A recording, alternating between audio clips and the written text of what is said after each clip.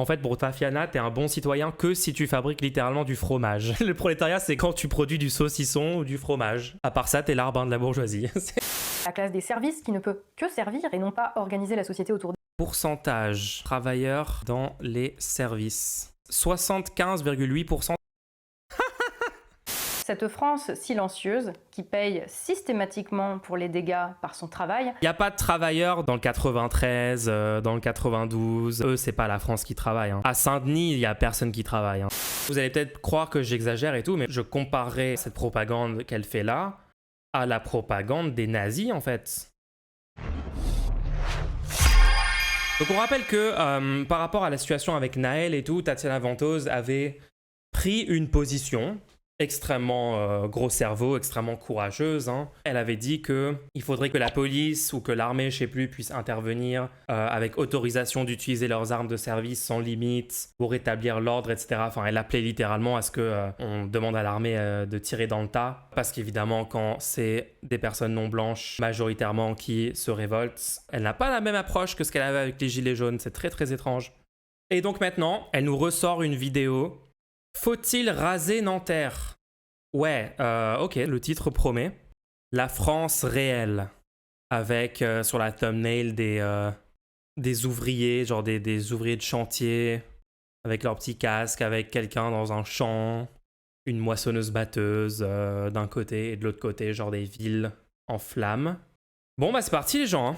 Le 13 juin 2023, l'émission Quotidien diffusait un reportage montrant le journaliste Martin Weil en visite dans une cité de la banlieue nord de Marseille, accompagné par le rappeur Hitch. Le contraste est frappant entre ce que nous montre le reportage, un quartier régi par des dealers encagoulés et leurs guetteurs, une sorte de société parallèle fermée par des barricades pour frontières et des guetteurs faisant office de douaniers, empêchant la police et tout étranger à la cité d'entrer, sauf, nous dit-on, si vous venez pour acheter de la drogue, et le ton léger du journaliste qui semble ravi d'avoir le privilège de se tenir à l'arrière du scooter d'une star locale qui, lui, n'a pas besoin de trafiquer. Déjà de base, genre de quoi on parle? Quel rapport avec Naël? Quel rapport avec les révoltes populaires? Elle est juste en train de déverser son fil Twitter, valeurs actuelles, F de souche, etc. Comme si tout était normal.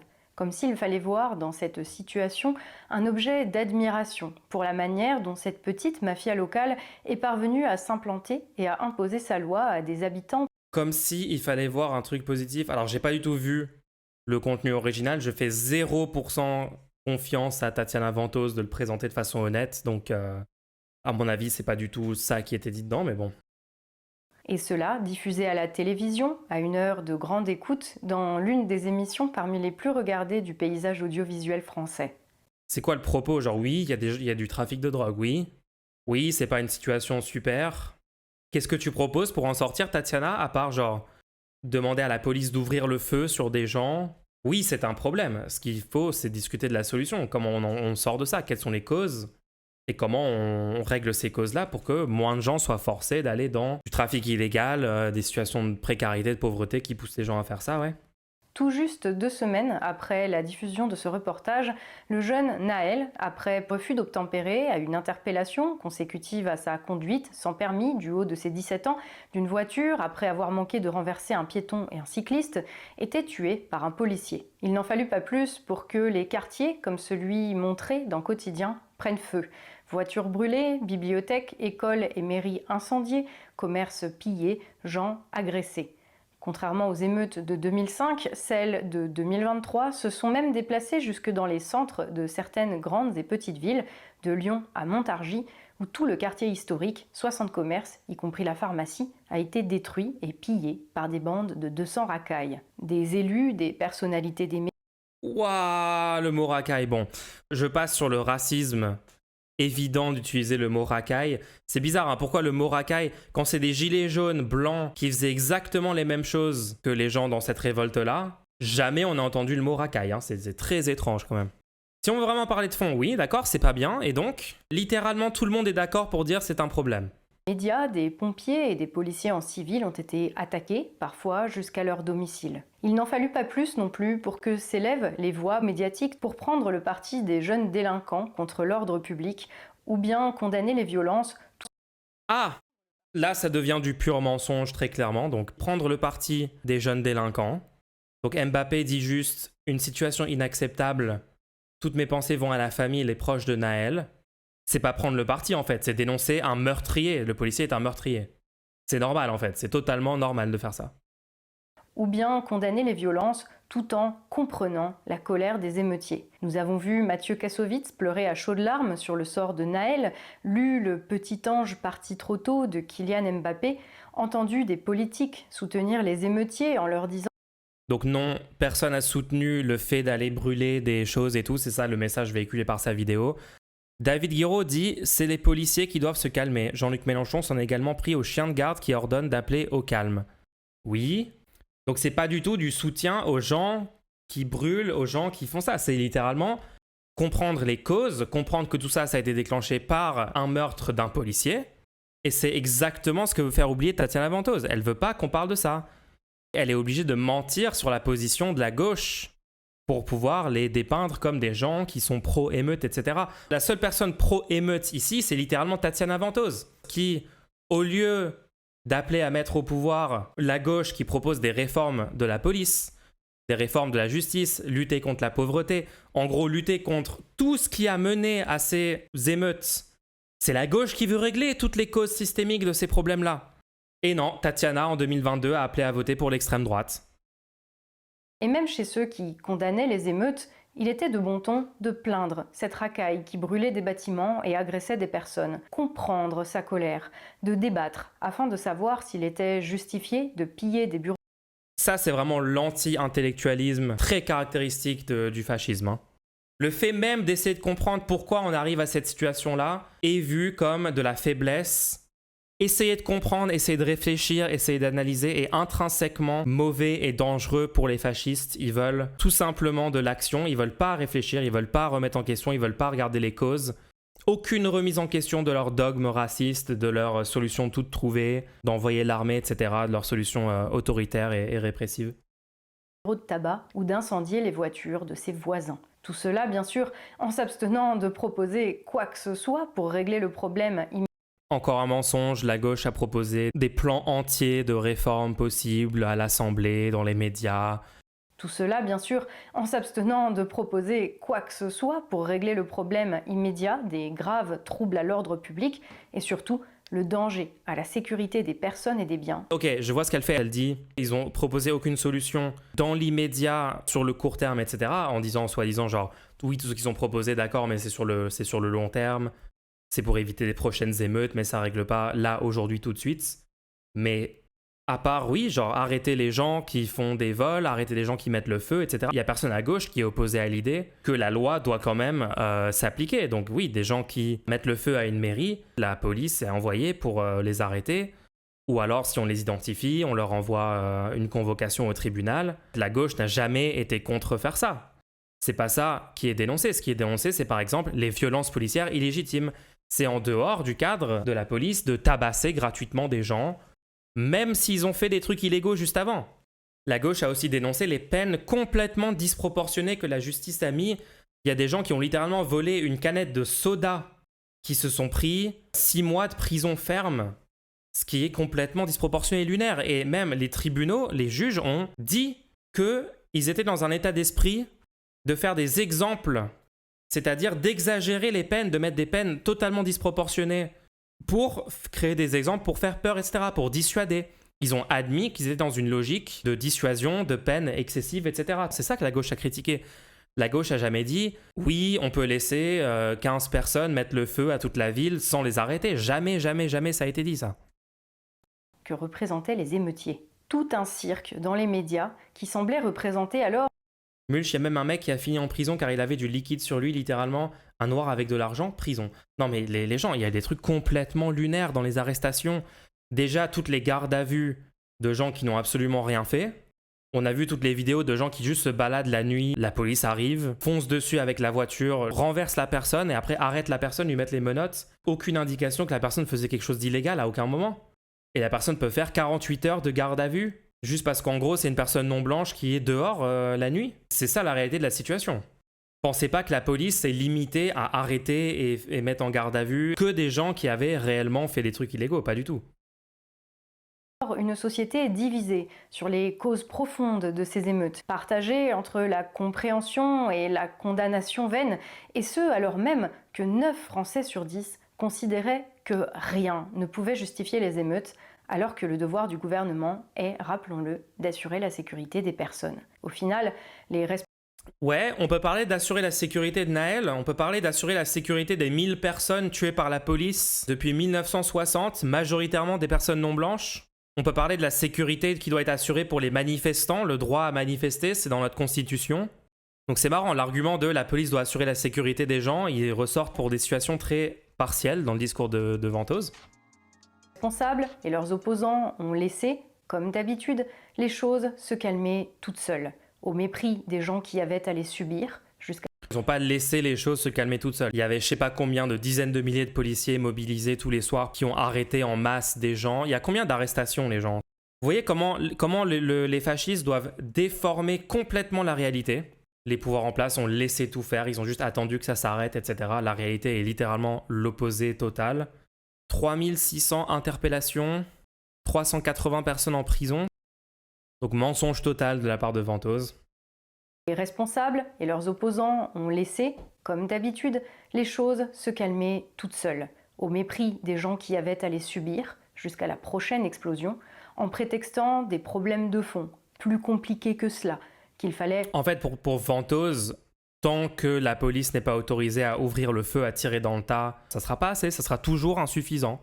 Déjà aujourd'hui, la réponse a été ultra répressive, ultra violente. La police a été laissée en roue libre. Enfin, je veux dire, dans un pays normal, Alliance, SGP Police et l'ensemble des syndicats de police fascistes qui ont eu des réactions qui vont de ouvertement féliciter le policier meurtrier à menacer le gouvernement de faire sécession s'ils ne répondent pas à toutes leurs demandes, d'avoir encore plus de laxisme sur leurs pratiques, encore plus de liberté donnée dans la loi, de tabasser des gens, de tuer des gens, etc. Dans un pays normal, ces syndicats-là seraient immédiatement dissous, toutes les personnes de ces syndicats seraient virées de la police, on réformerait de fond en comble la police, ça serait un pays normal. Hein. Mais non, on est dans un pays en voie de fascisation.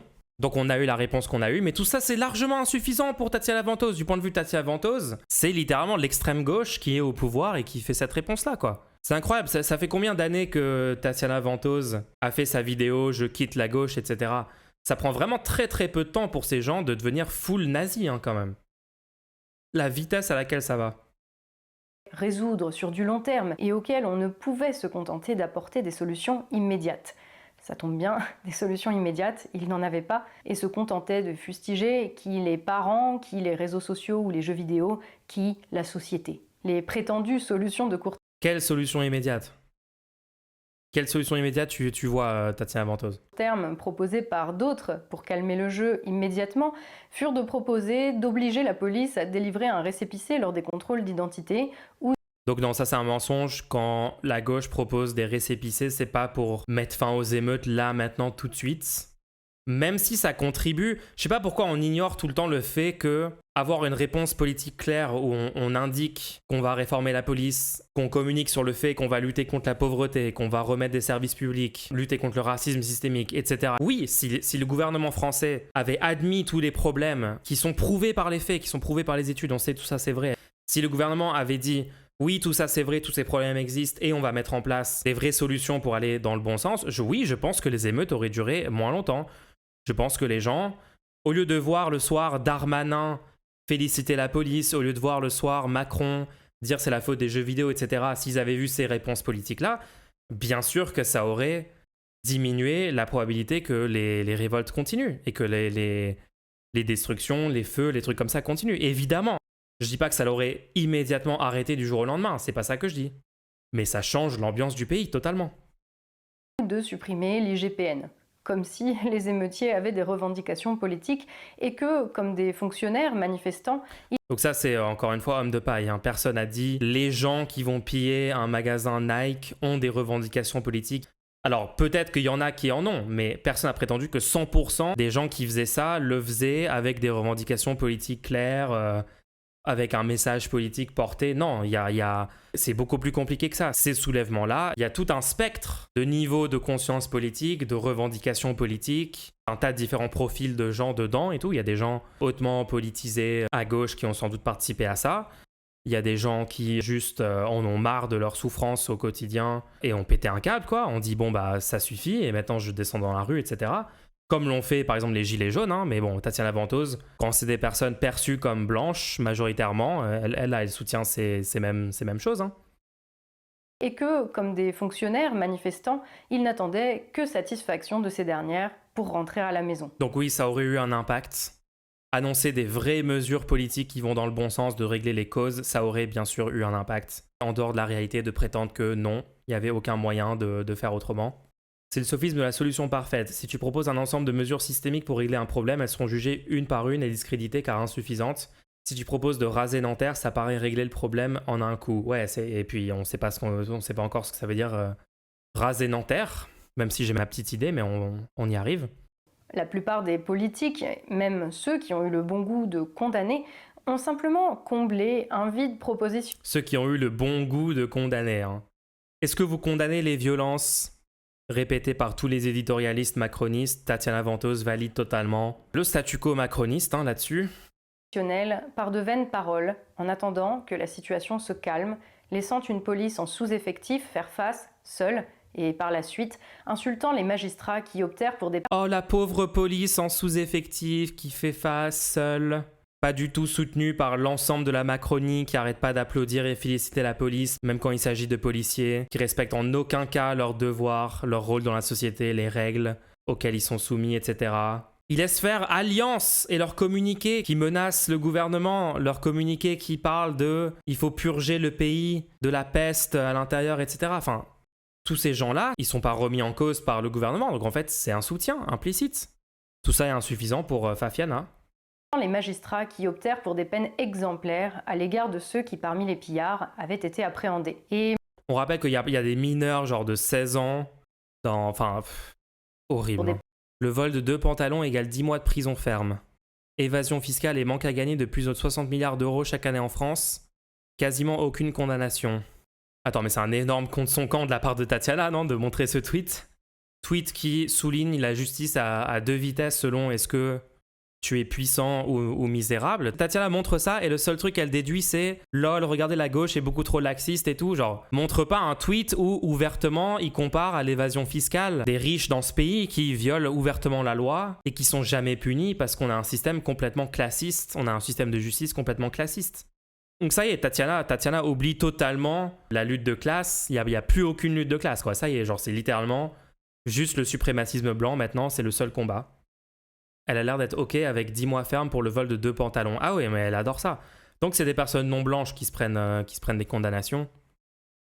À l'égard de ceux qui, parmi les pillards, avaient été appréhendés. Et maintenant que les choses se sont calmées, parce qu'après s'être bien amusé, il fallait bien que le business de la drogue puisse reprendre. Vraiment, genre, tu peux pas faire plus caricatural, tu vois. Tout le package est là. Racaille, dealer, banlieue... Sort des plans banlieues, des discussions sur les fameux problèmes de fond qui se résument, comme toujours, essentiellement à donner des sous et à dire qu'il y a des problèmes de fond à régler et qu'il faudrait les régler en donnant plus ou moins de sous, ce qui permet en réalité, comme d'habitude, d'éviter de regarder la réalité en face. Ah! Là, j'ai vraiment envie que vous réfléchissiez 2 secondes à ce que ça veut dire. Les solutions proposées par le gouvernement, vous voyez comment elle dit même pas proposées par la gauche et tout, elle présente comme si quand le gouvernement propose des plans en banlieue et tout, c'est vraiment donner de l'argent, genre ils vont vraiment donner de l'argent. Ça c'est aussi une stratégie pour décaler la fenêtre d'Overton vers la droite, de présenter en fait Macron et tout comme la gauche, hein, c'est ça qui est fait en gros. Hein. Mais quand elle dit que les solutions proposées c'est donner de l'argent, c'est toujours les mêmes fausses solutions proposées pour éviter de parler du vrai problème. Si ces problèmes-là n'ont pas pour cause des raisons socio-économiques. Quelles sont les causes? Quand elle dit les vraies causes, c'est quoi en fait? Parce que si c'est pas socio-économique, il n'y a qu'une seule explication alternative aux différences entre certains quartiers et d'autres quartiers. Ça peut que donc être des causes essentielles aux personnes, puisque ce ne sont pas des causes qui viennent de l'environnement dans lequel les personnes ont grandi, ont vécu, etc. Donc non, c'est des causes intrinsèques, donc c'est forcément des causes biologiques. Est-ce que vous voyez une alternative, une explication alternative? Donc quand il dit tout ça, c'est pour pas parler des vraies causes, c'est soit inné, soit acquis. Donc si c'est pas acquis, Ce qui permet en réalité, comme d'habitude, d'éviter de regarder la réalité en face. La réalité elle montre alternative économique, non, les banlieues ne croulent pas sous l'argent public. Attends, le compte son camp du coup? Oui, parce que ça a été débunké, l'extrême droite qui a communiqué sur... Mais en fait, ça fait des années qu'on donne énormément d'argent et tout ça, c'est faux, c'est complètement faux. Elle montre un article de Alternative économique qui débunk ça, c'est marrant quand même. Hein. Mulch et Droitard diraient que ça vient d'une différence culturelle. Ok, très bien, c'est quoi une différence culturelle? C'est inné ou c'est acquis? C'est socio-économique? D'où vient la culture? Pourquoi les gens ont des cultures différentes en fait?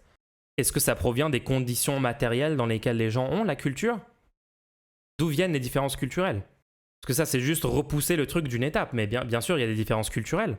Il y a des différences culturelles entre les gens ruraux, les gens qui vivent dans les grandes villes, entre les gens de telle ou telle religion, entre les gens de telle ou telle ville, entre les gamers et les non-gamers. Oui, il y a plein de différences culturelles. D'où viennent ces différences culturelles? Et comment est-ce qu'on règle les problèmes systémiques qui mènent aux révoltes? C'est ça la question.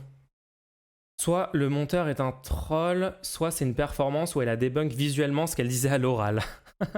réalité, pourtant, c'est un bilan lourd. 11 000 incendies sur la voie publique, 1300 bâtiments publics incendiés, 650 millions d'euros estimés de... Ouais, c'est vraiment pas bien, c'est vraiment pas une bonne situation. Tatiana, t'es libre d'être anti-émeute à n'importe quel moment au lieu de soutenir tout ce qui mène à des émeutes. Au lieu de soutenir le statu quo, de vouloir même l'aggraver, etc., etc. Tatiana est pro-émeute, hein, on le rappelle. de dégâts, et il s'agit seulement là de ce qui est matériel, quantifiable, à quoi on pourrait ajouter les vies brisées, le gagne-pain de centaines de commerçants réduits en cendres, des milliers de salariés ne pouvant plus se rendre au travail parce qu'ils n'ont plus de voiture, ou des gens... Bon, il y a eu plein de commerces qui sont en fait des grosses multinationales, hein, je sais pas, des Aldi, des Carrefour, etc., qui ont été touchés par ça, mais il y a aussi plein de petits commerçants qui sont en fait dans les quartiers pauvres, dans les quartiers dans le 93, dans Nanterre, dans d'autres villes. C'est les gens dans ces mêmes quartiers pauvres qui ont le plus subi la destruction de leur voiture, de leur piscine municipale, de leur bibliothèque, etc. Donc en fait, oui, c'est pas bien cette situation, c'est vraiment pas bien cette situation. Mais tu peux pas, dans une phrase, se moquer des gens qui proposent de régler les conditions socio-économiques dans ces quartiers-là, avec notamment de l'investissement, remettre de l'argent, remettre des services publics, tout ça, et la phrase d'après dire « Oh, les pauvres commerçants, machin », en fait, c'est les gens dans les mêmes quartiers, de quoi tu parles? tabassés dans la rue, voire même, comme révélé récemment, une attaque de train de marchandises, comme au Far West. La comparaison n'est finalement pas si hors de propos que cela, car si la racaille de banlieue partage quelque chose avec la bourgeoisie qui aime à s'apitoyer sur elle, c'est un imaginaire, le fantasme d'une société où la loi est celle du... Honnêtement, les gens, il y a quelques années, dire racaille de banlieue n'était pas normalisé. Donc là, c'est vraiment, on est sur une offensive fasciste de normaliser des dog whistles racistes comme racaille de banlieue. On rappelle, hein, si jamais des gens vous disent « Mais quoi, c'est pas du tout raciste et tout », pourquoi est-ce que quand c'est des personnes non blanches qui font ça, c'est racaille de banlieue, et quand c'est des personnes blanches comme les gilets jaunes, qui ont cramé des voitures, cramé des commerces, ils ont cramé le Fouquet's. Enfin, il y a des gens dans les gilets jaunes. On rappelle que les actions comme ça, c'est moins de 1% des gens qui ont participé au mouvement social Les Gilets jaunes, qui est un mouvement avec des millions et des millions et des millions de personnes, majoritairement composées de marches pacifiques, etc. Hein. Mais à l'époque, vous allez voir le contenu de Tatiana Ventose, elle se moquait et elle critiquait les éditorialistes sur les plateaux qui critiquaient les Gilets jaunes en disant « Ils sont débiles, pourquoi est-ce qu'ils crament les choses, pourquoi est-ce qu'ils font les trucs comme ça ?» Et là, dans ce moment-là, elle était du côté des émeutiers. D'accord ? Pourquoi les gilets jaunes c'est blanc? Ah non, moi je dis pas que les gilets jaunes c'est intrinsèquement blanc. Il y avait plein de personnes non blanches. Mais pourquoi est-ce que la réponse est totalement différente de la part de l'extrême droite? C'est parce que c'est perçu comme blanc pour les gilets jaunes et c'est perçu comme non blanc pour le mouvement actuel. Perçu comme, c'est bien ça que je dis. Je dis pas que c'est intrinsèque. Je dis pas que c'est généralisé. Où la loi est celle du plus fort, où les Tony Montana à la tête de l'État et les requins de la finance ont bien plus en commun avec les aspirants chefs de réseaux de trafiquants de drogue des proches banlieues de métropole qu'avec la population majoritaire qu'ils sont supposés représenter. Cette majorité qui se tait, qui voit, qui encaisse en silence, pendant que la caste à la télévision se demande s'il faut... Le truc en commun, c'est-à-dire genre le commerce. À quel niveau d'abstraction il faut aller pour essayer de trouver quelque chose en commun entre la haute bourgeoisie, dont Macron sert les intérêts, et les trafiquants de drogue? Oui, c'est pareil, parce que dans les deux cas, c'est du commerce. Dans les deux cas, il y a de l'argent qui est échangé, d'accord, ok. Incroyable, hein, quand même incroyable. Qui encaisse en silence pendant que la caste à la télévision se demande s'il faut comprendre les violences du fait de l'abandon des banlieues. Parce que c'est marrant, c'est justement contre ces gros capitalistes, ces intérêts privés pour lesquels bosse la Macronie, la droite, et l'extrême droite hein, d'ailleurs, parce que l'extrême droite est totalement pro-bourgeoisie exactement de la même façon. Qui luttait en fait contre ça? Ah mince, c'est la gauche! Ah mince, c'est les gens que Tatiana Ventose a montré il y a 2 secondes avec le tweet de Manon Aubry qui dénonçait l'évasion fiscale, etc. Mince, oups. Contradiction totale. 1970 jusqu'à aujourd'hui, de Starmania à la haine des chansons de Renaud au film Les Misérables. Elle compare Macron avec les leaders du trafic de drogue pour étendre implicitement ça à tous les dealers, puis à toutes les banlieues, pour faire un Macron et ami des racailles en fait. Ouais, c'est ça la strate en fait, c'est ça la strate. En fait, la strate des fascistes actuellement, c'est de dire, regardez en fait, Macron et la gauche, déjà ils regroupent Macron et la gauche dans un même truc. Ils disent, regardez tout ça en fait, ils sont pro-trafiquants de drogue, etc. Donc pour rétablir l'ordre, pour rétablir les intérêts des vrais Français qui pour eux sont les blancs, puisqu'ils ce sont des suprémacistes blancs, et ben il va falloir mettre Le Pen ou Zemmour au pouvoir, etc. C'est juste classique, rhétorique fasciste classique. Cette France silencieuse, qui paye systématiquement pour les dégâts par son travail, voit les productions culturelles et les représentations de la société que lui... Cette France silencieuse qui travaille, machin... Il n'y a pas de travailleurs dans les quartiers dont on parle, hein. Dans le 93, dans le 92. Non, c'est pas des travailleurs. Hein. Eux, c'est pas la France qui travaille. Hein. À Saint-Denis, il n'y a personne qui travaille. Hein. C'est juste littéralement tous les travailleurs essentiels au bon fonctionnement de notre économie. Toutes les personnes qui prennent le métro à 6h du mat pour aller nettoyer dans Paris, pour aller faire toutes les tâches que toutes les autres personnes ne veulent pas faire. Ça, c'est pas la France qui travaille, c'est pas la France qui se lève tôt, etc. pour Tatiana Ventose. Hein. Propose à la classe dirigeante entretenir un rapport de fascination malsaine vis-à-vis de la banlieue, où des voyous certes sèment la terreur et où la vie est difficile, mais où finalement les problèmes de violence, de drogue, d'adolescents devenus délinquants... Encore une fois, notez que le discours de Tatiana Ventose a pour impact de diviser le prolétariat, de diviser les travailleurs. Ça a pour impact de diviser les travailleurs sur des lignes raciales et donc d'empêcher l'efficacité de la lutte de classe contre la bourgeoisie. Donc en fait, ça sert totalement la bourgeoisie, ce genre de vidéo. La Seine-Saint-Denis cotise plus que ce qu'elle reçoit en termes d'argent public, de quoi elle parle. Ah oui, non mais tout ça est faux, tout ça c'est que des mensonges. Hein. Tous les arguments économiques comme quoi en fait on met plein d'argent mais ça marche pas et tout ça a été débunké, c'est juste un mensonge du début à la fin. À 12 ans ne se résumerait jamais qu'à un problème de moyens financiers que l'État pourrait régler en distribuant l'argent public. Ah non, pardon, il y a aussi le racisme systémique, qu'on peut combattre en donnant des sous aux associations antiracistes, bien sûr. Ouais, donc elle dit ça sur un petit ton sarcastique du style en fait le racisme systémique n'existe pas, tout ça c'est ridicule, c'est un complot. Rappelle, toutes les études qu'on a démontrent qu'il y a un racisme systémique, c'est des trucs factuels démontrés. Donc elle est obscurantiste, anti-science, anti-données empiriques, en dehors de la réalité, et raciste. Raciste du coup, puisque nier l'existence de ce problème, c'est donc participer à le maintenir en place. On en revient toujours là. Il y a un problème avec les banlieues. Mais il ne faudrait rien faire, sinon cela voudrait dire l'explosion. Et quand cela explose quand même, on ne propose... Il y a un problème avec les banlieues, mais il faudrait rien faire, sinon c'est l'explosion. Le seul sens de faire quelque chose, où cette phrase a du sens... C'est si faire quelque chose, ça veut dire littéralement envoyer l'armée, etc. Rien. Sinon, mettre plus ou moins d'argent, que ce soit pour installer des caméras de surveillance ou pour construire de nouveaux terrains de football. Leur solution de fond qu'il faut à tout prix évoquer au plus fort de chaque crise, c'est toujours celle-là, mettre de l'argent. L'argent des Français, bien sûr. Alors résoudre... Bah oui, tu veux que ce soit l'argent de qui? Avec quel argent il faudrait mettre en place telle ou telle politique? Ça vient des Français, mais tu peux mettre des impôts progressifs, par exemple, pour que ce soit plus l'argent des gens les plus riches, par exemple. C'est ce qui est normal, si on veut respecter ce qui est dicté par notre belle constitution. Tatiana, ça n'a aucun sens. Bon, évidemment, il faut que je lise entre les lignes pour chercher les dog whistles, parce que cette vidéo, c'est un condensé de dog whistles racistes. Quand elle dit l'argent des Français, c'est évidemment regardez, vous, vrais Français de souche, blancs, on vous prend votre argent pour le distribuer à ces Noirs et ces Arabes dans les banlieues. C'est toujours notre argent qui est pris pour ces gens-là, évidemment. Petit point sur la différence entre le discours des fascistes français et les fascistes américains. En France, il y a des lois sur le racisme. La liberté d'expression en France est beaucoup plus encadrée. Tatiana a envie de dire plus ouvertement « Regardez, vous, les Blancs, vous prenez votre argent pour donner à ces non-Blancs là-bas qui ne sont pas des vrais Français. » Le truc, c'est qu'en fait, elle risque de se prendre des procès en France. Les personnes comme Tatiana Ventose aux États-Unis, les suprémacistes blancs là-bas, sont beaucoup plus ouverts dans leur racisme, d'accord ? Ils peuvent avoir des propos racistes, etc. Parce qu'il n'y a pas les mêmes lois sur l'expression.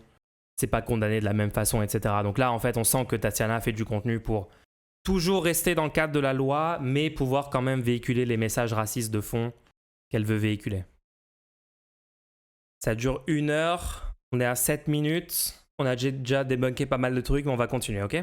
Est-il normal qu'il y ait des populations agglutinées à la sortie des grandes villes, dans des bâtiments pas forcément salubres, où les populations étrangères ne parlant pas français vivent en surnombre par rapport à la moyenne nationale, où les dealers font la loi et où les gens qui y vivent sont tenus au silence? Donc présentation ultra caricaturale de la situation, les dealers font la loi, etc.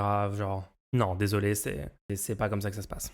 Mais est-ce que ça, ce ne serait pas dans l'ADN même de ce qu'on appelle aujourd'hui la banlieue? Est-ce que s'attaquer de front à ce problème, qui pourrit la vie des gens dans les quartiers, mais aussi ailleurs, mais qui arrange bien certains politiques qui peuvent gratter des voix en faisant du gringue aux racailles?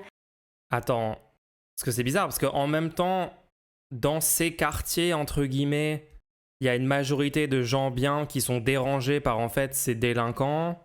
Donc c'est pas tout le monde dans ces quartiers. Mais, donc si la gauche était pro-délinquant, comme elle le dit, électoralement, ça serait un mauvais plan. Elle est en train de dire que ils font ça pour gratter des voix des délinquants. C'est littéralement contradictoire avec le fait que c'est une minorité de gens et c'est principalement les gens dans ces quartiers qui sont gênés par ça. Ça n'a aucun sens. Là, je rentre même dans sa logique pour vous montrer que même de façon interne dans sa vidéo, la logique ne tient pas, quoi. Il n'y a pas de logique. Qui arrange aussi bien les médias qui peuvent déverser leurs fantasmes voyeuristes de la misère et qui arrange bien la classe dirigeante parce qu'elle lui sert de larbin, ne serait-ce pas au fond admettre que le problème, c'est peut-être l'existence même de la banlieue? Alors, faut-il raser Nanterre? Bonjour et bienvenue dans cette nouvelle vidéo, je suis Tatiana Ventose et aujourd'hui, Wow! on parle de la banlieue, de la France des invisibles, et accessoirement, je vous présente un plan pour régler le problème. Je vous préviens, il y en a qui vont pas aimer. Ouais, parce que pas tout le monde est fasciste comme toi, Tatiana, donc c'est normal. Alors commençons par sortir de la focale qui nous fait nous poser le problème à l'intérieur des quartiers, comme si ces zones urbaines dites sensibles se suffisaient à elles-mêmes, qu'elles étaient détachées de la société et qu'elles n'avaient pas un sens au regard du tout qu'est... Quoi? À chaque fois qu'elle rentre dans un sujet, sa façon de l'amener n'a jamais de sens, genre. Parlons de ces endroits, pas comme s'ils étaient détachés de tout le reste, mais qui a parlé de... Quoi? Genre, on parle de qui? On parle de quoi? N'en parlons pas de cette façon-là dont tout le monde en parle, mais en fait, personne n'en parle jamais de cette façon. Genre, c'est toujours des hommes de paille construits pour pouvoir ensuite se présenter comme étant moi j'ai raison, les autres ont tort, etc. C'est super nul, en fait. Regardons plutôt comment les banlieues denses des métropoles s'inscrivent dans une organisation territoriale qui s'est développée en France depuis la fin des années 1960 et qui a abouti au tableau que nous avons sous les yeux aujourd'hui et que nous appelons la France. Un réseau de métropoles supposément dynamiques et créatrices de richesses où se concentre la majorité de l'emploi et où vivent les plus aisés, entourant ces métropoles et particulièrement Paris, des banlieues densément peuplées par des populations moins aisées, voire carrément dans la pauvreté, et où la proportion de personnes d'origine étrangère est significativement supérieure à la moyenne française, exerçant des métiers de... Je déteste le terme d'origine étrangère, genre... De quoi on parle ? D'origine étrangère, c'est-à-dire t'as à un moment dans ta famille, t'as des gens qui étaient pas français de nationalité, mais genre c'est 100% des gens, non? Ce concept même de base, quand vous réfléchissez 2 secondes, il n'a pas de sens. Qui dans ce chat n'a pas au moins un des 8 arrière-grands-parents qui sont pas français? Je pense que 100% des gens, non? Genre les échanges internationaux, les gens qui se sont déplacés sur la Terre, c'est tout le temps en fait, c'est presque tout le monde, non? Moi par exemple, jamais on me dit que je suis d'origine étrangère alors que j'ai un parent qui n'a même pas la nationalité française. Mais ce terme est toujours utilisé pour parler de race, mais sans en parler, avec ce déni ultra cringe français de jamais mentionner la race. Faut vraiment culturellement genre exterminer ce terme, hein, j'en ai marre de ce terme. Exerçant des métiers de service précaires, voire des activités illégales, et hors de ces métropoles et de leurs couronnes et de leurs zones d'influence, où ont été chassées les catégories majoritaires de la population active, les ouvriers, les employés, qui se sont retrouvés répartis sur le reste du territoire. La population active, les ouvriers, les employés, qu'elle oppose aux travailleurs dans les banlieues. Attends, c'est les mêmes personnes, de quoi? Quoi? C'est une catastrophe son analyse. Dans la France du périurbain et de la ruralité, soit la Il y a un grand nombre de personnes qui sont binationales et sont fières de leur origine non française. Bah oui, bien sûr. France périphérique. Ça, c'est le tableau d'aujourd'hui, mais on va être clair, la France, il y a un demi-siècle, ne ressemblait pas à cela du tout. Du fait de son Le changement démographique. Dynamisme industriel et agricole, par le lancement de grands plans de modernisation pour y loger les ouvriers des banlieues ouvrières, la main-d'œuvre des grandes industries, les habitants des bidonvilles, ainsi que les Français rapatriés d'Algérie. On veut les préconisations politiques en fait. Qu'est-ce qu'on fait? On va skip, hein. L'intérêt national, la demande populaire d'une société plus égalitaire et démocratique, eh bien, elle coïncidait avec l'intérêt de classe de la bourgeoisie de l'époque, qui, eux, avaient intérêt aussi à ce que la société soit plus égalitaire, afin qu'ils puissent accéder à ce que le sang leur refusait quand c'était la noblesse qui était la classe dirigeante. Le truc, c'est que s'il y a eu donc des moments dans l'histoire de France où l'intérêt de la classe dirigeante s'est confondu, était en phase avec l'intérêt de la nation, aujourd'hui, il est de plus en plus clair et de plus en plus évident que l'intérêt de la classe dirigeante actuelle, non seulement n'est plus raccord avec l'intérêt de la France et des Français, mais en plus de cela... Attends, c'est incroyable, genre. L'absence d'analyse marxiste, l'impact que ça a sur ton cerveau, quoi. Le QI est instantanément diminué. Il y a des capitalistes et il y a des travailleurs qui ont toujours eu des intérêts opposés depuis le début de ce système économique. Sa présentation n'a aucun sens. Qu'il y est carrément opposé. C'est-à-dire que l'intérêt national est en contradiction avec l'intérêt de la classe dirigeante. Et oui. C'est quoi classe dirigeante? Vous voyez qu'elle dit pas bourgeoisie à cet instant-là, elle dit pas bourgeoisie. Classe dirigeante, c'est pas clair. Je suis sûr que dans sa tête, classe dirigeante, il y a Mélenchon dedans, vous voyez ce que je veux dire? Il y a la gauche dedans, en fait, dans sa tête. Hein. Un problème qui va devoir trouver une solution. Je vais vous donner un exemple concret, peut-être pour mieux visualiser le problème. Depuis le tournant de la financiarisation de l'économie des pays occidentaux, cette nouvelle classe dirigeante, donc la bourgeoisie financière, a bien entendu adapté la manière dont la société était organisée. La bourgeoisie financière, ça veut dire quoi? Est-ce qu'une personne multipropriétaire d'immobilier qui exploite des travailleurs avec sa propriété lucrative, est-ce que c'est de la bourgeoisie financière? Afin qu'elle serve au mieux son intérêt objectif. Donc, elle a, par exemple, entrepris de délocaliser dans des pays où les coûts de production... Elle le sait pas elle-même. Non, mais c'est stratégique, les gens. Hein. C'est stratégique. La confusion intellectuelle, la confusion idéologique, la confusion des termes et tout, c'est le lit sur lequel se repose le fascisme. C'est vraiment le... C'est ultra utile pour eux que plus personne comprenne ce que veut dire les mots, que plus personne soit au clair sur quels sont les intérêts de qui, de quoi. Et ensuite, juste derrière, une fois que les gens comprennent plus rien, là, tu peux commencer à leur laver le cerveau avec l'idéologie fasciste, quoi.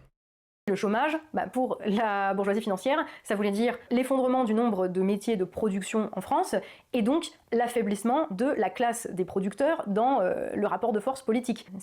On rappelle que Tatiana Ventose est pro-chômage puisque elle est appelée à voter pour l'extrême droite qui vote contre toutes les lois de lutte contre le chômage, toutes les lois de création d'emplois, de création de postes de fonctionnaires, de relance économique, etc. Elle a tout fait pour que la gauche ne soit pas au pouvoir. Elle est pro-chômage de masse. C'est sûr que quand tu as 6 millions d'ouvriers dans un pays qui sont déter et qu'il y a assez de travail pour tout le monde, c'est bien plus facile d'obtenir des augmentations de salaire et des vacances que quand c'est 2 millions d'ouvriers. Quel bord politique propose des augmentations de salaire et plus de vacances? Ah mince, celui contre lequel tu te bats. C'est bête ça, Tatiana. en concurrence avec les Indiens, tu vois, c'est forcément. Alors bien sûr, comme je vous le disais, la bourgeoisie financière, elle n'a pas fait ça toute seule. Il lui a fallu des complices qui en ont d'ailleurs eux-mêmes tiré un certain bénéfice. Je parle de ses serviteurs au gouvernement qui, donc, depuis les années 1970, qu'ils soient de droite ou de gauche, ont embrassé, si vous voulez, leur nouvelle fonction de larbin de la bourgeoisie financière et abandonné toute Ouais, clairement, Mitterrand qui met la 5e semaine de congé payé. Enfin, le gouvernement de gauche sous Mitterrand qui a réduit le temps de travail dans la semaine, qui a renforcé massivement le droit du travail pour que les travailleurs puissent se défendre face à la bourgeoisie. Oui, clairement, ce pouvoir-là était à la solde de la bourgeoisie financière, ouais, bravo. Prétention de servir le peuple qu'ils étaient censés représenter. C'est tellement débile, les gens, c'est tellement une réécriture totale de l'histoire. C'est idiot, c'est de la pure débilité du début à la fin. Pourquoi est-ce qu'elle rajoute financière à chaque fois derrière bourgeoisie? Dog whistle un peu. On verra les gens. Factuellement, ils ont décidé de favoriser une petite minorité de parasites, j'ai pas d'autre mot, contre l'intérêt de la majorité des Français. Et ainsi, Comme progressivement, depuis les années 1970, la bourgeoisie financière, celle qui possède les titres de propriété, des moyens de production, de la dette des États, les gestionnaires de portefeuilles d'actions, hedge funds, trust funds et autres assureurs. Il est bien évident qu'ils ne sont pas tous localisés en France. Donc en fait, on a la réponse à la question, il n'y a pas des propriétaires immobiliers? Genre si tu possèdes 10 appartements et que tu les loues, t'es pas dans la bourgeoisie financière pour Tatiana Ventose. C'est marrant ça parce que c'est exactement dans le programme de Marine Le Pen, elle dit j'enlève l'ISF sur l'immobilier. Macron a enlevé l'ISF mobilier, ça veut dire sur les actions, les titres, les trucs comme ça, mais garde l'impôt sur la fortune immobilière, IFI. Le Pen dit non, il faut enlever aussi l'IFI. Donc ça y est, c'est genre, on s'aligne vraiment avec le programme de Le Pen. Hedge funds, trust funds et autres assureurs. Il est bien évident qu'ils ne sont pas tous localisés en France. Tous ceux qui... Elle pointe du doigt surtout des grosses multinationales, souvent étrangères, etc., qui, oui, sont en grande partie la classe capitaliste, mais est-ce que vous voyez un peu ce qu'elle essaye de faire, de dire, en fait, c'est la finance internationale, c'est BlackRock, Vibe Valek? Vous voyez ce que je veux dire?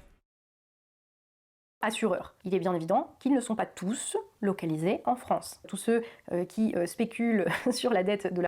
Donc elle sort une partie de la bourgeoisie, de la catégorie bourgeoisie. Pourquoi elle fait ça? Salut Calivision, comment ça va? Matez-moi cette caricature antisémite dans le fond de son écran quand il y a bourgeoisie financière affichée. Alors, pour l'instant, je sais pas, mais en tout cas, oui, le symbole de la main avec qui tire tous les fils et tout. On peut dire complot, je sais pas si on peut dire antisémite. Pour l'instant, mais on va voir. Il y a des vibes JQ, un truc de fou. Oui, non mais on... Trust funds et autres assureurs. Tous ceux qui spéculent sur la dette de la France ne sont pas localisés en France. Leur intérêt, si vous voulez... Tous ceux qui spéculent sur la dette de la France, c'est quel pourcentage? Attendez, je veux voir vite fait. Dette française, pourcentage détenu, étranger. C'est environ 50%, je pense. Hein. La dette publique française est détenue à moitié par des non-résidents. Selon l'AFT, la moitié de la dette publique française est actuellement détenue par des entités non-résidentes. Ouais, ok. Et donc? Et supranationales. Mais quand je parle de la bourgeoisie, France ne sont pas localisés en France. Leur intérêt, si vous voulez, est supranational. Mais quand je parle de la bourgeoisie, je n'inclus évidemment pas uniquement cette petite classe supranationale. J'inclus aussi tous ceux qui la servent très directement. Ah, voilà. Le truc des propriétaires immobiliers qui posséderaient genre 20 appartements, qui exploiteraient des gens, donc ces bourgeois-là sont pas mis dans la catégorie. Et maintenant, il y a aussi des gens qui travaillent pour eux. Et évidemment, elle va dire que la gauche, en fait, travaille pour eux pour pouvoir inclure dans la bourgeoisie leurs ennemis politiques. Parce que Tatiana est une fasciste, elle est pro-bourgeoisie, elle ment complètement dans la façon dont elle présente ses trucs. Comme elle est pro-bourgeoisie, il va falloir qu'elle attaque les gens qui défendent les intérêts du prolétariat, c'est-à-dire la gauche. Les politiques, je l'ai dit, qui une fois au pouvoir mènent des politiques, prennent des décisions qui vont C'est tellement prévisible, tout ça est tellement prévisible. Dans l'intérêt de la bourgeoisie financière, et ce, quel que soit le bord dont ils se revendiquent, mais également les médias et tous ceux qui y travaillent. Ou encore... Voilà, et là tout d'un coup, dans la bourgeoisie, il y a aussi des médias, donc n'importe qui propagent leur récit, mais pour Tatiana, leur récit c'est n'importe quel truc, un temps soit un peu progressiste. tous les petits consultants, employés de cabinets de conseil, avocats d'affaires, bref, ceux dont le statut, l'existence est directement corrélée au maintien de la classe dirigeante à sa place de classe dirigeante. Mais même ça, en vrai, ça fait pas si lourd que ça de monde. Et de toute façon, la bourgeoisie ne pourrait pas exister sans des gens pour la servir, sans la classe de ses serviteurs. Et ces serviteurs, nous allons ici... Attends, mais comment ça, la bourgeoisie peut pas exister sans... La bourgeoisie peut pas exister sans les travailleurs, Tatiana. La bourgeoisie détient tous les moyens de production. C'est la définition de bourgeoisie. De quoi on parle ? Les distinguer en deux catégories différentes, vous allez voir pourquoi. D'abord, ceux qu'on va appeler la petite bourgeoisie. Il s'agit ici d'une classe de service, par définition donc serviteurs, au service d'eux, et par défaut serviteurs de la classe dirigeante. Il s'agit des fonctionnaires, des enseignants, mais également de tous les petits... Voilà, et maintenant les profs sont des serviteurs de la bourgeoisie, ça y est, genre, ça y est, la catégorie a complètement explosé, et maintenant on met tout et n'importe qui dedans, complètement aléatoirement, tant que ça sert la narrative fasciste de Tatiana.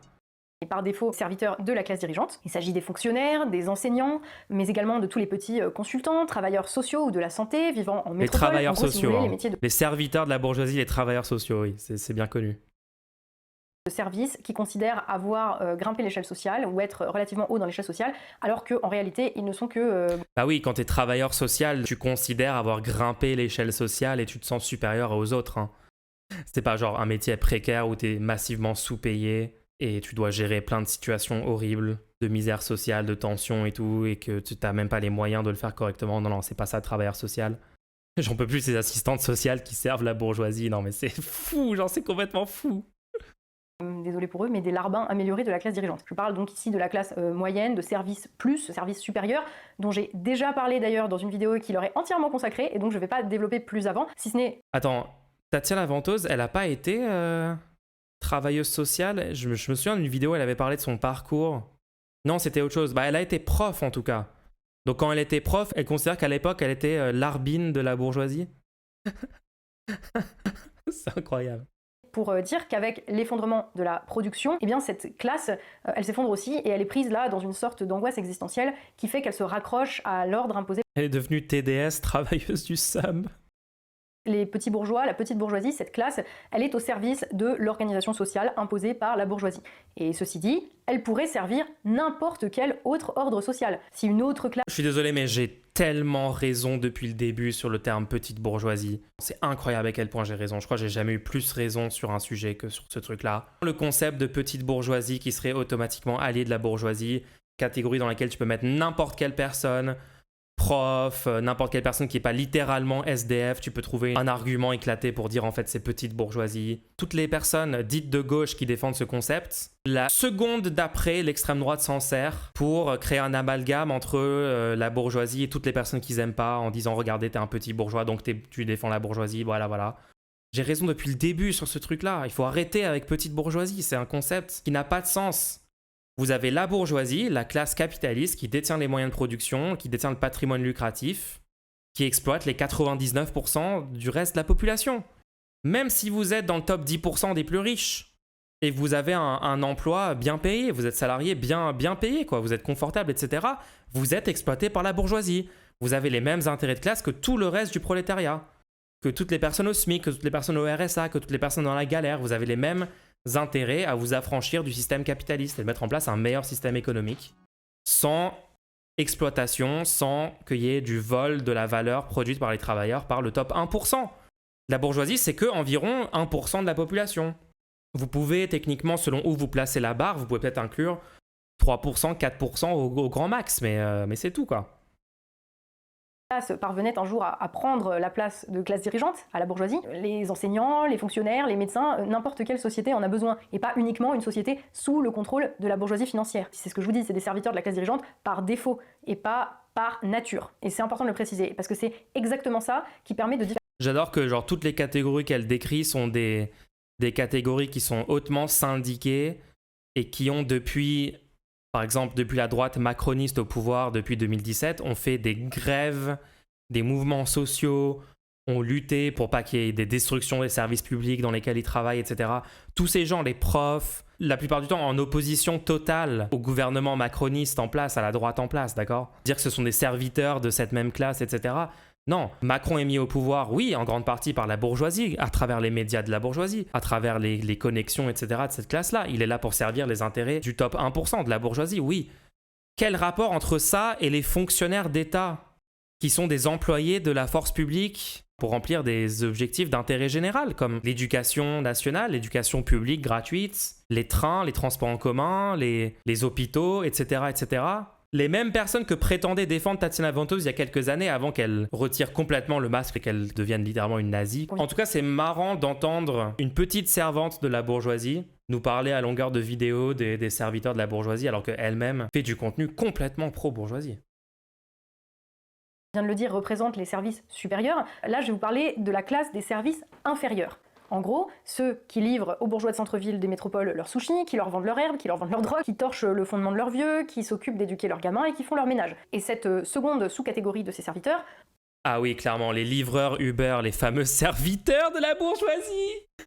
Attendez, mais je pense que dans son truc, du coup, 100% de la population française est dans cette catégorie, en fait. Ça veut plus rien dire. Juste la dégénérescence mentale des catégories qu'elle utilise. Hein. Cette classe de services inférieurs, elle est concentrée dans les proches banlieues denses de l'Île-de-France, du Rhône, de Marseille, voilà. Parce que il faut qu'ils soient assez près des bourgeois géographiquement pour être corvéables à merci, pour commander un Uber, machin, sans pour autant représenter une gêne trop importante. C'est pas comme au 19e siècle, les mecs vont quand même pas héberger une tripotée de serviteurs dans leurs apparts parisiens. Donc cette classe de services inférieurs, concentrée dans les banlieues des grandes villes, puisqu'il n'y a plus d'usines, donc il n'y a plus d'ouvriers, donc il reste plus que eux. Et alors, petit point lexique d'ailleurs. Donc juste, attendez, réfléchissez 2 secondes, d'accord? Si les livreurs Uber qui livrent les sushis sont des alliés de la bourgeoisie parce qu'ils travaillent pour eux, qui en France n'est pas dans cette catégorie du coup? Elle adore prendre les agriculteurs dans la campagne, etc., qui bossent, qui sont exploités, machin, mais eux aussi travaillent pour la bourgeoisie. T'es agriculteur et tu vends tes récoltes à, je sais pas, la centrale d'achat Leclerc, etc., possédée par une famille de capitalistes. Bah, t'es littéralement allié de la bourgeoisie alors, selon Tatiana Ventose. C'est quoi? Ça veut rien dire. Moi, je les appelle, à défaut d'un terme plus satisfaisant, les lumpen. Alors, si je les appelle comme ça, c'est en référence ça y est. Ça y est. Lumpen. C'est un abus de langage de ma part, parce que, si vous voulez, j'associe géographiquement, c'est sans doute un tort, les habitants des banlieues et de ces services moins. Ok, j'ai juste l'impression que le terme lumpen prolétariat est juste revenu à la mode dans la bouche des fascistes. En fait, on va pouvoir diviser le prolétariat sur des bases raciales. Maintenant, il y a lumpen et ça va être genre en gros les non-blancs. Et après, les autres, c'est les blancs. Et donc là, c'est le vrai prolétariat, etc. C'est juste ça, non, le but de ce terme? Quelque part, parce que c'est eux qui... J'adore la division. Genre, tu peux pas à un moment dans ta vie dealer de la drogue et quelques années après, tu sors de ça et tu prends un emploi, etc. Parce que justement, ça t'a permis d'avoir un peu d'argent dans un moment où t'avais aucune autre... C'est 2 catégories complètement différentes. Hein. C'est vraiment... En fait, les gens sont nés dealers de drogue ou gentils travailleurs dans un emploi légal et restent toute leur vie dans ça. Il n'y a pas de superposition. Enfin, vraiment, il faut sursimplifier et mentir sur le fonctionnement de la réalité à un point pour avancer ce qu'elle avance. Donne à la banlieue une identité publique aussi, puisque c'est d'eux qu'on parle finalement, c'est de ce lumpen prolétariat factuel, si vous voulez, du 21e siècle. C'est lui qui donne une identité. Marx n'a jamais utilisé le terme lumpen pour parler de la paupérisation ouvrière, surpopulation ouvrière. En fait, on s'en fout totalement, les gens. Oubliez juste le terme lumpen prolétariat, c'est des gens racistes et tout. Pour l'instant, récemment, j'ai vu personne utiliser le terme qui n'est pas littéralement un fasciste, qui l'utilise à des fins de racisme. À la banlieue. Et donc, l'utilisation de ce terme lumpen pour parler des habitants des banlieues de manière générale, c'est un tort de ma part, parce que déjà dans la mesure où les habitants des banlieues dans leur majorité... Oui, comme le reste de ta vidéo. Allez, on va avancer. Sa capacité à subvenir à ses besoins est directement liée au fait que la bourgeoisie a besoin de commander des tacos à livrer en vélo. Donc l'immense majorité des gens qui commandent de la nourriture sur ces applis-là ne sont pas des bourgeois. Là, c'est juste ne pas comprendre l'économie capitaliste. Où les consultants des grandes entreprises à la défense ont besoin qu'on les ramène chez eux bourrés en Uber. C'est ça le truc, c'est qu'ils sont beaucoup plus... C'est bizarre, elle parle des tacos, c'est bizarre ça. Qu'est-ce qui se passe récemment avec les tacos? Quand est-ce qu'on parle de raser Nanterre là? Moi je pensais qu'on allait parler de ça. Pourquoi il y a 4 heures d'analyse nulle à chier? Ça garantit aussi quelque part la perpétuation des privilèges sociaux qui sont accordés aux habitants des banlieues parce qu'ils sont l'arbin de la bourgeoisie de centre-ville. Et oui, j'ai bien dit privilèges en étant tout à fait consciente que ça... Quoi? Le complot? Bah oui, tous les habitants de banlieue sont des livreurs Uber qui vont livrer à des habitants de centre-ville. Et donc, comme c'est leurs serviteurs, ils ont en retour des avantages immenses comme plein d'argent public. Le fonctionnement du monde selon les fascistes. Hein. Comment ça marche dans leur tête, c'est incroyable, les gens, c'est incroyable. Son cerveau dégouline par ses oreilles, quoi. C'est waouh. Ça va en faire hurler certains, mais si les politiques publiques à destination des banlieues étaient étendues à toute la France, en fait, on aurait peut-être moins de problèmes. Encore une fois, c'est l'intérêt de la bourgeoisie. Quelle politique publique? Quelle politique publique, Tatiana Ventose? Parce qu'actuellement, il y a quoi? Il y a le chômage, il y a le RSA, il y a les droits du travail, il y a les services publics, et tout ça, c'est le cas sur tout le territoire. Comment ça? Il y a des services spécifiques pour les banlieues. Quel service? De quoi on parle? De quoi on est en train de parler? En fait, quand on regarde dans les faits, les quartiers en banlieue, pauvres, etc., sont des quartiers qui touchent beaucoup moins d'aide ou de subventions publiques que la plupart des endroits. Ils cotisent bien plus que ce qu'ils reçoivent in fine. Par exemple, sur la retraite, tu vas cotiser pareil, puisque les cotisations, c'est des pourcentages fixes sur ton salaire. Mais si tu travailles dans un quartier pauvre où, par exemple, les seuls débouchés, c'est dans le PTP, c'est faire des jobs plus manuels, plus dangereux pour la santé, statistiquement, tu vas mourir plus tôt. Donc, tu vas toucher moins de retraite. Mais tu auras cotisé la même chose que d'autres personnes. Donc, la réalité, c'est littéralement l'inverse de ce que les fascistes prétendent. Et ils doivent vous mentir comme ça pour vous faire avaler leur idéologie. Comme au 19e siècle, les serviteurs ils étaient logés et nourris dans les demeures des bourgeois afin de garantir qu'ils soient pas juste disponibles à tout moment, mais vivants. Attends, c'est par quel mécanisme la bourgeoisie, selon elle, maintient la tête hors de l'eau? C'est juste en payant le service. Tu prends un Deliveroo et tu payes ce que l'appli t'a demandé de payer. Et c'est trop gentil, la bourgeoisie offre un privilège à ce travailleur. Aussi rationaliser le travail des larbins, c'est tout. Je maintiens le terme de privilège. Appeler des prolétaires des larbins de la bourgeoisie, quoi, comme s'ils avaient le choix de participer ou non dans le système capitaliste dans lequel ils sont nés. Le mépris pour les travailleurs et les travailleuses, c'est horrible. La rhétorique complètement anti-travailleur, complètement anti-pauvre, complètement pro-bourgeoisie qui est mise en place par Tatiana. Le travail des larbins, c'est tout. Je maintiens les larbins. Le mépris de classe, j'ai jamais vu ça. Le terme de privilège. Parce que où est-ce qu'il y a autant de classes dédoublées, de possibilités de mobilité via les transports publics, de discrimination positive? Possibilité de mobilité via les transports publics. Les banlieues pauvres, par exemple en région parisienne, ont des transports inférieurs. Je sais pas, prenez la ligne 13 par exemple. La ligne 13, c'est une des pires lignes. C'est une des lignes les plus sursaturées. En fait, il y a des services de transport inférieurs au centre-ville. De quoi elle parle? C'est juste purement faux. Positive, que ce soit à l'embauche, à l'entrée dans les grandes écoles, que pour la discrimination positive à l'embauche? Où? Il n'y a pas de discrimination positive en France. De quoi elle parle? Les études montrent que c'est dans l'autre sens qu'il y a une discrimination à l'embauche. Les testings faits sur les entreprises montrent que, toute chose égale par ailleurs, si sur ton CV t'es non blanc, t'as moins de chances d'avoir l'emploi. Par exemple, de quoi elle parle? What? À l'entrée dans les grandes écoles. À l'entrée dans les grandes écoles, bah ouais, bien sûr. Quand t'es un pauvre non-blanc de banlieue, t'es avantagé pour entrer dans les grandes écoles. Bah oui, bien sûr. C'est bien. Il n'y a aucune source, aucune stat, aucun truc. C'est juste affirmé comme ça, comme si c'était vrai.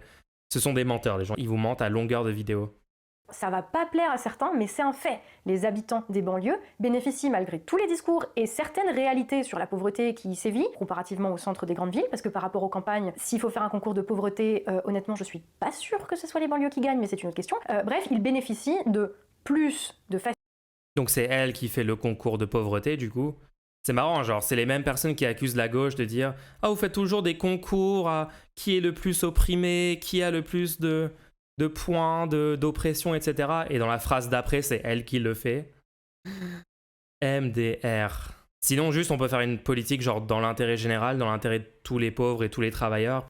Pourquoi diviser les gens, Tatiana? Ah, en fait, tu travailles pour la bourgeoisie, oui, ok. C'est dans les zones urbaines sensibles. Bon, est-ce qu'on peut arriver au moment où elle parle de raser Nanterre, s'il vous plaît? Parce je veux regarder vraiment à quel degré d'être ouvertement néo-nazie elle se situe. Donc je vous le redis ici, même si je dois être toute seule à dire ce que je dis, à faire les analyses que je produis sur cette chaîne, dans ce microcosme déconnecté du réel. Ah ouais, t'es vraiment toute seule, t'es pas juste en train de répéter les discours de toute l'extrême droite, de CNews, de tous les médias mainstream, tous les propos racistes qu'on a entendus ces dernières semaines sur les médias mainstream qui sont exactement le même message véhiculé que cette vidéo au final. Vraiment le courage d'être à contre-courant de la société. Hein. Ils vous prennent vraiment pour des cons. Ces gens sont mes ennemis. Cette bourgeoisie qui, avec l'aide de ses serviteurs de la classe moyenne et des banlieues, a tenu à invisibiliser les producteurs pour sucer le sang de la France, est mon... Attends, quoi? Genre, écoutez juste cette phrase est complètement folle. Cette bourgeoisie qui, avec l'aide de ses serviteurs de la classe moyenne et des banlieues, a Ces serviteurs de classe moyenne et de banlieue tenu à invisibiliser les producteurs. invisibilisent les producteurs. Donc si t'es classe moyenne ou dans les banlieues, t'es pas producteur. C'est deux groupes séparés. Complètement dégénéré, hein, son cerveau. Ses représentants sont mes ennemis et ceux qui défendent ses intérêts sont mes ennemis. Car s'ils ont mis autant d'ardeur à faire croire que les producteurs avaient disparu, c'est précisément parce que cette classe des producteurs peut prétendre à prendre la place de la bourgeoisie pour organiser la société. C'est cette classe qui doit désormais entrer dans la danse et devenir la classe dirigeante. Contrairement à la classe des services qui ne peut que servir et non pas organiser la société. La classe des services, donc elle oppose les producteurs aux services. Et quand elle parle producteur, elle montre un mec dans un champ. Attends, elle est au courant que genre l'agriculture est mécanisée. Elle est au courant qu'il y a genre moins de 2% de la population qui travaillent là-dedans actuellement. C'est une toute petite minorité du prolétariat qui travaille dans l'agriculture parce qu'on a fait des automatisations en fait avec la technologie, Tatiana. Donc de quoi? En fait, pour Fafiana, t'es un bon citoyen que si tu fabriques littéralement du fromage. Oui, c'est ça. Genre c'est que le prolétariat, c'est quand tu produis du saucisson ou du fromage. À part ça, t'es larbin de la bourgeoisie. Pourcentage travailleurs français dans les services. 75,8% travaillent dans le secteur tertiaire. C'est 70% du prolétariat dans les services, quoi. Et eux sont alliés de la bourgeoisie. Comment ça marche? Si tu produis le fromage, t'es un vrai travailleur. Par contre, si tu déplaces le fromage depuis chez les fromagers au supermarché, là, t'es un larbin de la bourgeoisie.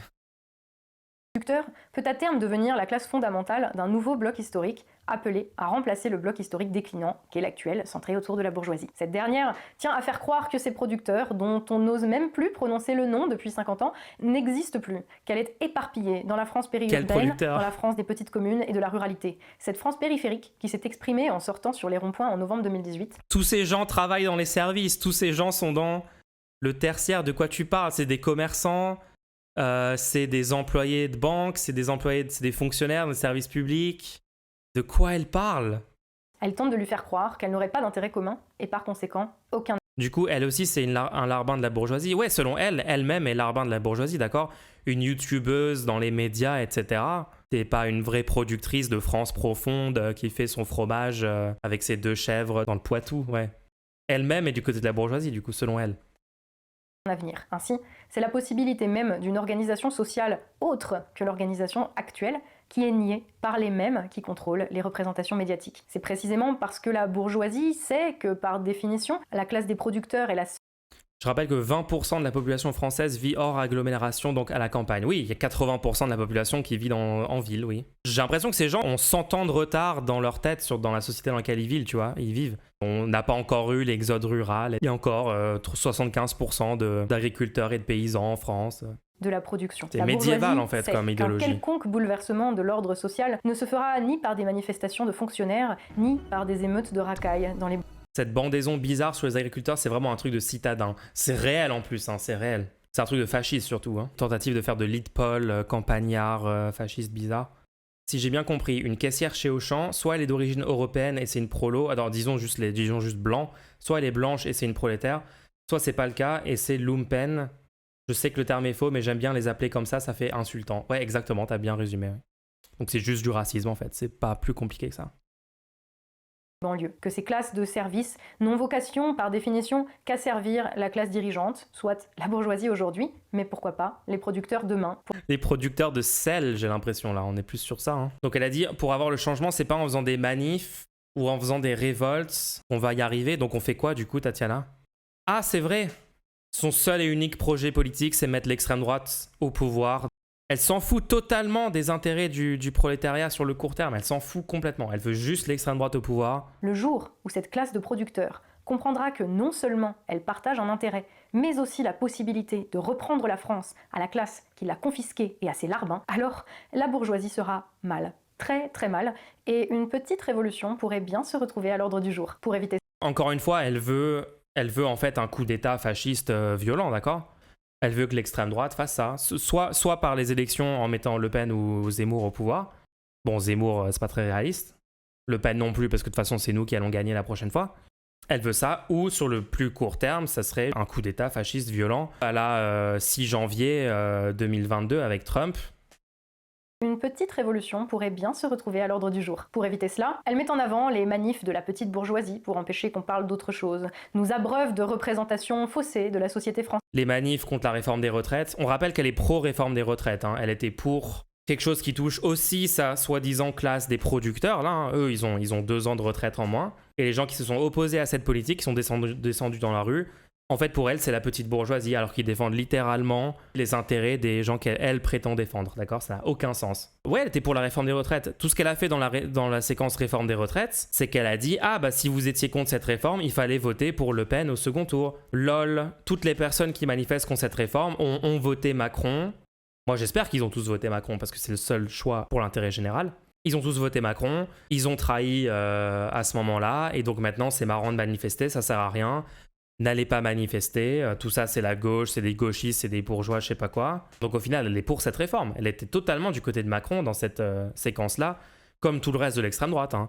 On a vu Papacito aussi faire exactement la même propagande. Le Pen, le moment où il faut faire certains choix de vote à l'Assemblée, etc., ça se rangeait totalement du côté de Macron. Parce qu'en fait, l'extrême droite n'est pas contre le report de l'âge de la retraite. Pas du tout même. Le Pen a déjà parlé de mettre la retraite à 67 ans.